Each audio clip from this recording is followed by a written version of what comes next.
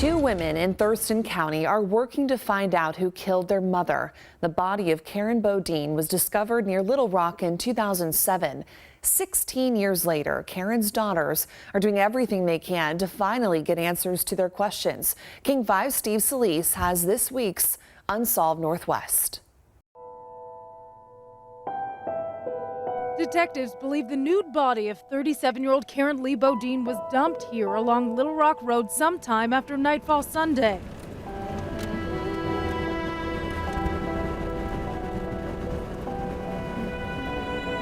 The site where they laid my mother after killing her is a road I've driven many times as a kid.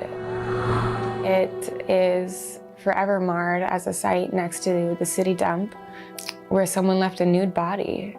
It seems whoever dumped her did little to conceal the crime. As it was, a passing motorist on a fairly busy highway at that time of the morning saw her pretty easily.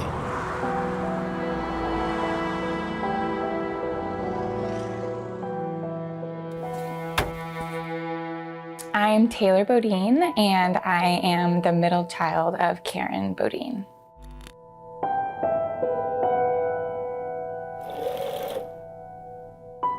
Looking back, there's no way you can really sugarcoat anything like that. I went through a lot of emotions that, no 15-year-old should be going through, and that none of my friends were going through, so it was a pretty lonely place to be in. I'm Carly Bodine, and I'm Karen Bodine's oldest daughter.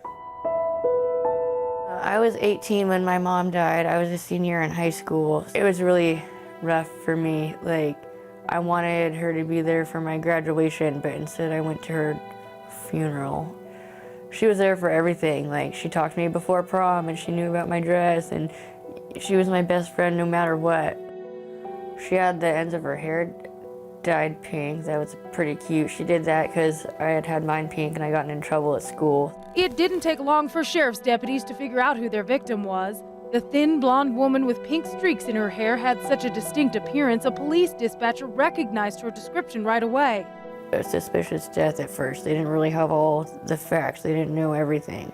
Unfortunately, it's kind of this way to this day. As much was known back then, which is not at all, is pretty much the same. You've got a case where, someone's brutally murdered and their body is dumped in the middle of nowhere.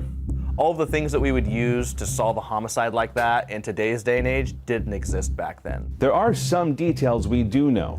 We know that Lacey police talked with Karen Bodine about 24 hours before her body was found. We also know she was last seen alive at a home in Thurston County at 3 a.m. that morning.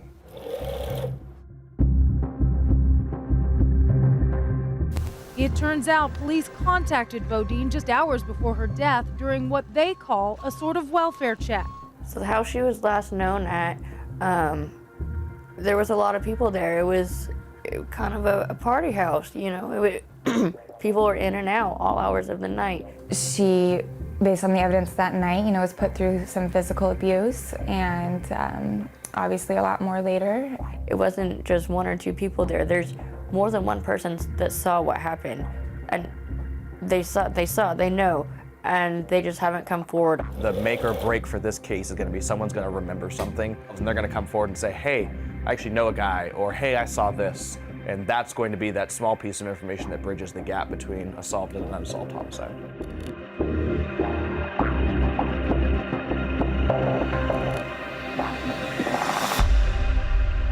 Each of our detectives, on top of their already massive caseload, basically gets a cold case assigned to them as a part-time thing to look back on occasionally. It's not even close to adequate, though. They don't have a lot of detectives, especially for homicides or missing persons.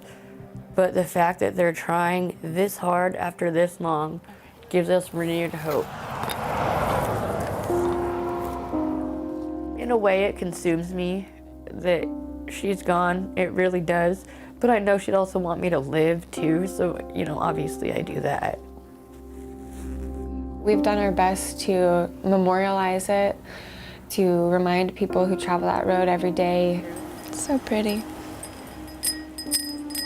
We update it, we keep it fresh, that we haven't forgotten about this, and we hope that you don't either. I'm gonna put mine right here with the little baby picture. Yeah. And we see the community with the things they leave. Oh, you didn't do that? I didn't do that. Oh. A stranger planted flowers there. So sweet. That's really hopeful to us, and whoever has done that or will do that, just know that that's also really appreciated. You're not slick, and I know you're not that smart. I don't care if it's today, 16 years more so, we are getting you. Because you picked really the wrong family. It's not a headline in the news that's gonna go away. It only makes it stronger the more we talk about it.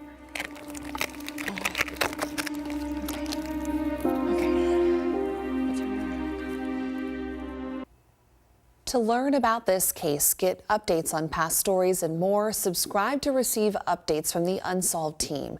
Text the word unsolved to 206-448-4545 to sign up.